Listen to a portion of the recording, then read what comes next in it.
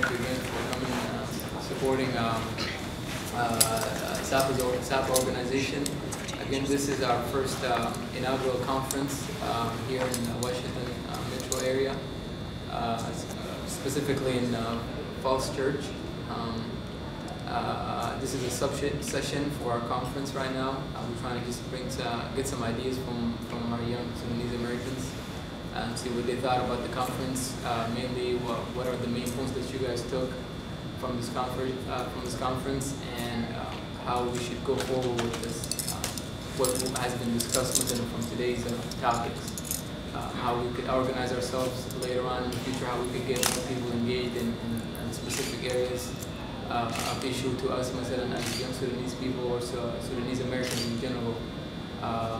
Marriage issues, getting, applying for jobs, how to applying for college applications, how to just any sort of topics and issues that we face, how to get along with people, how to identify ourselves, in terms of culture, identity, and things like that. I know there's a bunch of groups in Canada that do a lot of similar stuff, but we're trying to get everybody to just basically it's for just to bring the issue at hand to make you aware of it.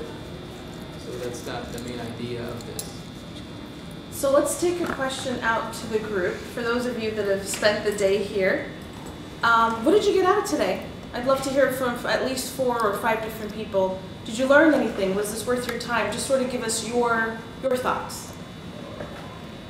Go right over here. Hello, my name is Wagis Janjari.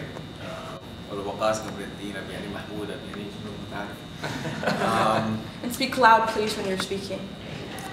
I had the privilege of living in Sudan for 4 years, and I think we can agree that most of us are here because of emotion. All of us have some type of connection to Sudan, whether it being experiencing a family member going through trouble over there, or medical, financial, whatever it is. And I think what the program also has, the end goal of it, is creating a strong foundation here so that us youth can go back there and develop the country, or build up the country and put it up on the map. That's the vision or the emotion that I got. I'm telling you a personal story, the emotion I got from living in Sudan, or specifically when I went back in 2011, before I went to college. I went to Sudan, lived in a very small area called Bahjar. And the same generation, or the same guys that I went to school with, either they were in the market selling vegetables, or they already have 5 kids. And remind you, that's like only at 18. So the lack of opportunities presented is not that much. So growing up here and learning about the opportunities we have over here, and what we can do over there is immense.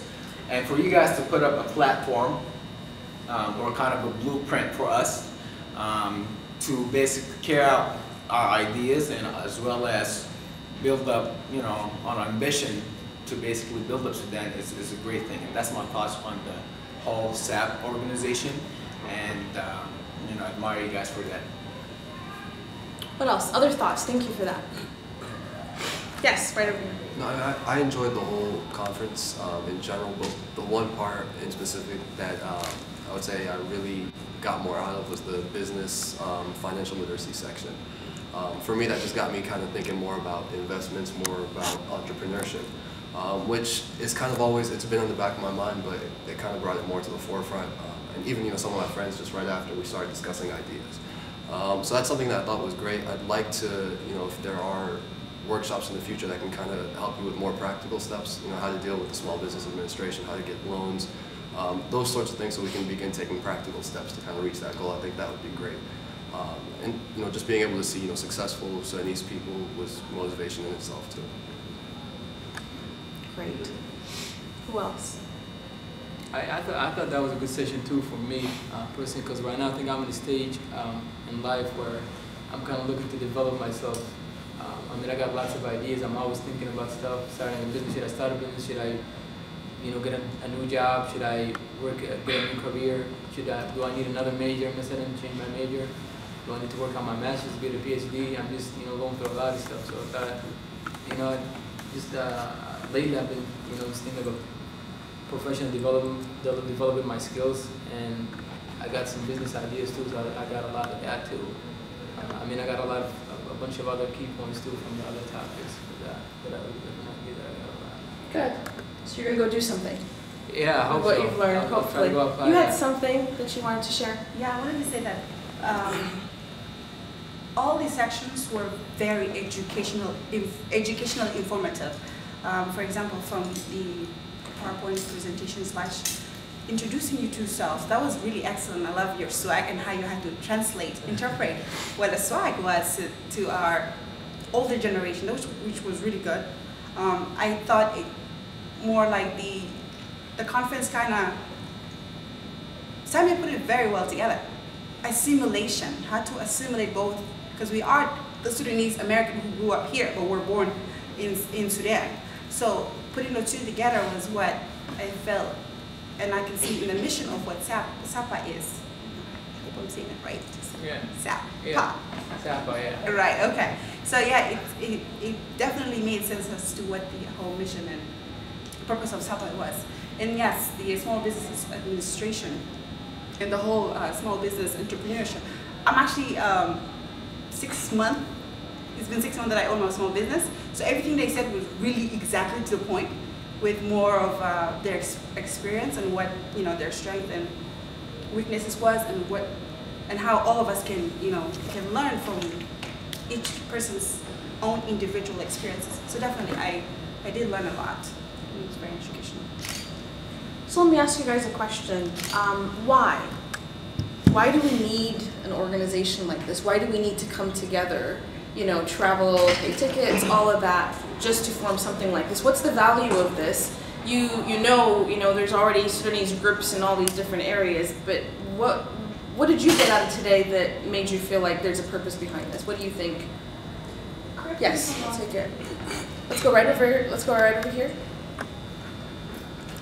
I can speak by Arabic for many reasons. Speak a little bit louder if you don't mind. I can speak in Arabic for many reasons and can explain it. أول حاجة يعني أنا بفتكر إنه سابا منظمة جامعة لكل تصورات السودانيين اللي عايشين في أمريكا. هتكلم عن نفسي أنا بشكل خاص. بالنسبة لي كإعلامية كنت شغالة في قناة لوكال في نيويورك عربية بتخاطب المجتمع العربي. هدفها الأول تحسين صورة العرب والمسلمين، وكمان توجه رسالتها للكوميونتي العربي وتشوف مشاكله وكل الحاجات دي. الحاجة الثانية أنا معنية بالطب، وكنت عندي منظمة في القاهرة اسمها أبانوس معنية بالطفل السوداني في المتجر تحديدا. فأنا بفتكر إنه الحاجتين ديل سابا ممكن تكون مظلة لهم. أول حاجة قضية الطفل في المهجر ومشاكله واحتياجاته، وواحدة من أهم الحاجات اللي للأسف أنا شايفة إنها حاجة سالبة إنه أولادنا هنا ما بيتكلموا عربي، بالكثير ممكن يفهموا، وأنا متعمدة إنه أتكلم بالعربي،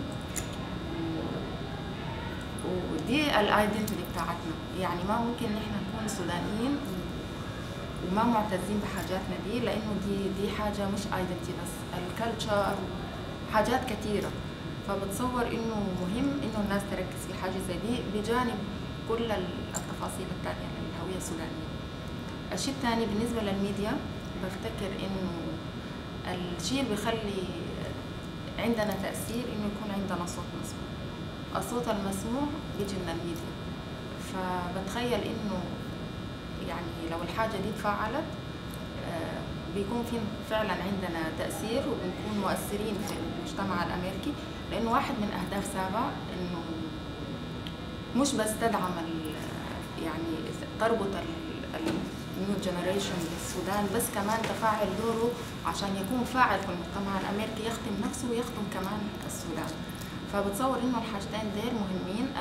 الجيل الجديد لازم يعرف الايدنتيتي بتاعته، يعتز بيها بكل تفاصيلها، يكون عندنا خط واضح، وسيلة توصيل معلومات، كان حاجة مرئية ولا مقروءة، وبفتكر إنه ده ممكن يوصلها للأهداف المرجوة. Okay, 2 more questions. Thank you so much for that. They talked a lot today about being a Sudanese American and the difference between being American and just being Sudanese, but being a Sudanese American. What did that mean to you? What resonated when they were talking about that? What resonated with you, and what does it mean to be a Sudanese American? I'm just curious for some of your thoughts. Ignore the background noise. Okay, we'll go right over there. I thought it was important that you guys brought that up, and especially with our parents there. Sometimes they're so focused on wanting to raise their kids as Sudanese and holding on to their cultures, but I feel like they also have to think about their decision to come to this country and raise their kids here. We have to find that balance of being American and Sudanese. And I feel like I connected a lot with your presentation too that you did, us being the lost generation. My siblings and I and our friends, we joke about that all the time because it's like, I don't know, sometimes we don't know what we're supposed to do that's acceptable here, and things that Sudanese people back home do, it's okay for them. It's just so much confusion, and it's good to have a platform to just discuss these. Excellent. Other thoughts? I wanted to add to her question too. We also want I want to ask to see if did you guys relate to our points, talking points, that like the issues that we brought up, or did you guys have more that you guys could add to? For example, you guys think about other things that you think that we face here. With the Sudanese culture, or even Arab culture in general, I think most of the foundation that comes from it is from Islam. The thing that didn't come up, and what many of my friends and I talked about, was it's not much of the Sudanese culture that's kind of the parents are trying to put us around. It's much more of the Islamic religion that they're trying to narrow us into it. Now for parents to do that is great. It's awesome, but I think having the distinction between Sudanese